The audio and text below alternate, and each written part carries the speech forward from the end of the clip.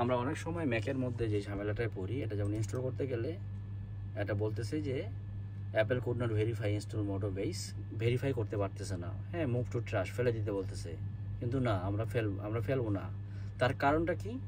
তার কারণটা হচ্ছে যে আমরা সিকিউরিটি অ্যান্ড সিস্টেম সেটিংসে গেলাম, বা আমরা সেটিংসে গেলাম, প্রাইভেসি অ্যান্ড সিকিউরিটিতে যাব। প্রাইভেসি অ্যান্ড সিকিউরিটিতে যে এখানে কিন্তু আমাদের অ্যালো অ্যাপ্লিকেশন ফ্রম শুধুমাত্র অ্যাপস স্টোর আর অ্যাপস স্টোরের নন ডেভেলপার আছে।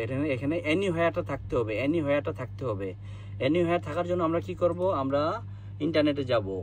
ইন্টারনেটে যাই, এখানে লিখব ইনস্টল এনিহোয়ার ম্যাক, এই টার্মটা লিখব। এই টার্মটা লেখার পরে এখানে OS X ডেইলি যেটা আসবে, OS X ডেইলির মধ্যে থেকে আপনি যে কোনো ইউটিউব থেকে দেখেও করতে পারেন। OS X ডেইলির মধ্যে একটা কমান্ড থাকবে, সেই কমান্ড লাইনটা আমরা উপরে গেলাম। এই যে সুডো স্পেকট্রাল মাস্টার ডিসেবল, এটা কিন্তু ডিসেবল, ইনেবল না। এখানে আবার ইনেবলের অপশন আছে।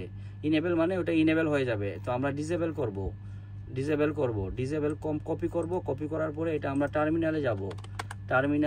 টার্মিনাল সার্চ করে টার্মিনাল বাইর করতে হবে। এখানে আমরা পেস্ট করব ওই লেখাটা। পেস্ট করার পরে ইন্টার দিব। ইন্টার দেওয়ার পর পাসওয়ার্ড দিব 1 2 3 4। কম্পিউটারের পাসওয়ার্ড টার্মিনালে দেখাবে না, কম্পিউটারের পাসওয়ার্ড দেখাবে না। এটা বলতেছে globally disable and assessment system needs to confirm system settings. তার মানে সিস্টেম সেটিংসে যাইতে হবে আমাদেরকে আবার। তো আমি আবার সিস্টেম সেটিংসটা বন্ধ করে আবার সিস্টেম সেটিংসটা অন করলাম। সিস্টেম সেটিংস অন করার পরে এখানে আমরা সিকিউরিটি অ্যান্ড সিকিউরিটিতে যাব। যায় অবশ্যই এখানে আমরা আরেকটা জিনিস পাবো। তখন কিন্তু আমরা শুধুমাত্র দুইটা apps store and non developer পাইছিলাম, এখন এনিহোয়ারটা পাবো। এটা আমাদের 1 মাস 2 মাস পরে চলে গেলে এটা আমাদেরকে এনিহোয়ারটা করে দিতে হবে। এটা খুব ইম্পর্টেন্ট। আর এটার জন্য আপনি কি করবেন? আপনি নোটপ্যাডে